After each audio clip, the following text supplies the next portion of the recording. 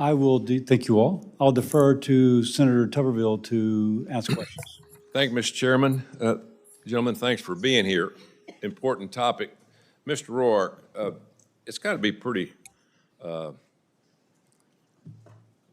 mind calming to know if you work in an ESOP and you have some of the owners exit the company, that everybody's not going to lose their job. So what kind of security does a ESOP structure have for all employees that you've seen? Some examples. Well, you know, we work real hard to build a succession plan in that prepares our employees as people retire to step forward. You know, that is a challenge. One of the biggest challenges we've had is the success of the ESOP has led to people retiring early, so we have to work that problem a little harder and be training people ready to step into the role.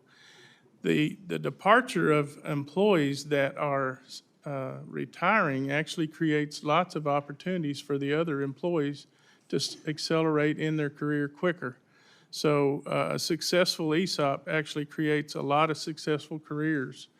It also creates the ability for employees to retire with dignity. In fact, the announcement of this hearing went out on our social media last night, and one of the posts this morning, I'll quote for you. It says, Jim Deal, one of our retiring employees 7 or 8 years ago, he says, "Tell them how much you helped us retire with dignity." That is, to me, the essence of why I wanted to do this. You know, some 25 years ago, a company bought the company I worked for, and a few months after it was bought, I'd had a successful career. I went from being an entry-level person to a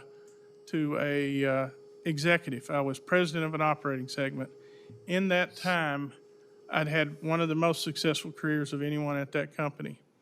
As that acquisition evolved and I was there, I was shortly thereafter walked to the door and told as I was handed my severance check that we'll pack your office and send your stuff home.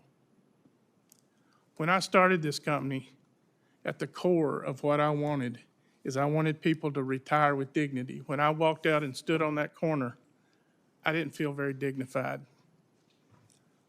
When I meet an employee in the grocery store, I want them to come hug me, not run from me. With the ESOP, I get lots of hugs. Every year when the ESOP statements come out, I get lots of hugs. This is a different way of doing business. I never want to see an employee walk to the door in such an undignified manner. I put my whole life into that company. Several times I worked 24 hours straight to get a delivery out on time. Was that respected? No. My stuff showed up in boxes with a bunch of crap that I didn't really want. Was not dignified at all. I hope that answers your question, Coach. So how can we help on the federal level to make ESOP structure more viable for the? Well, I think there's lots of ideas being proposed here in several of these bills. You know, making this easier, making it clearer in what we're supposed to do. There's a lot of murkiness in the bills. You know, one of the things for us in the last few years, we've been in a position where we could contribute more than the maximum allowable to our employees, and that creates an issue with the ESOP itself. If the limit's at 25%, I can only give 25%. If it were higher, we in some cases would have given higher, including this year. So there are some pieces there where we could just fine tune some things. The ESOP is a wonderful tool, and it provides stability for the employees and provides a retirement path for them as well. So I think the more that we can refine the regulations around it to encourage people to be able to do this, clear up the rules on how the valuations are done so that it's clear what needs to be done, I think those would be great helps. Thank you. Thank you, Mr. Chairman.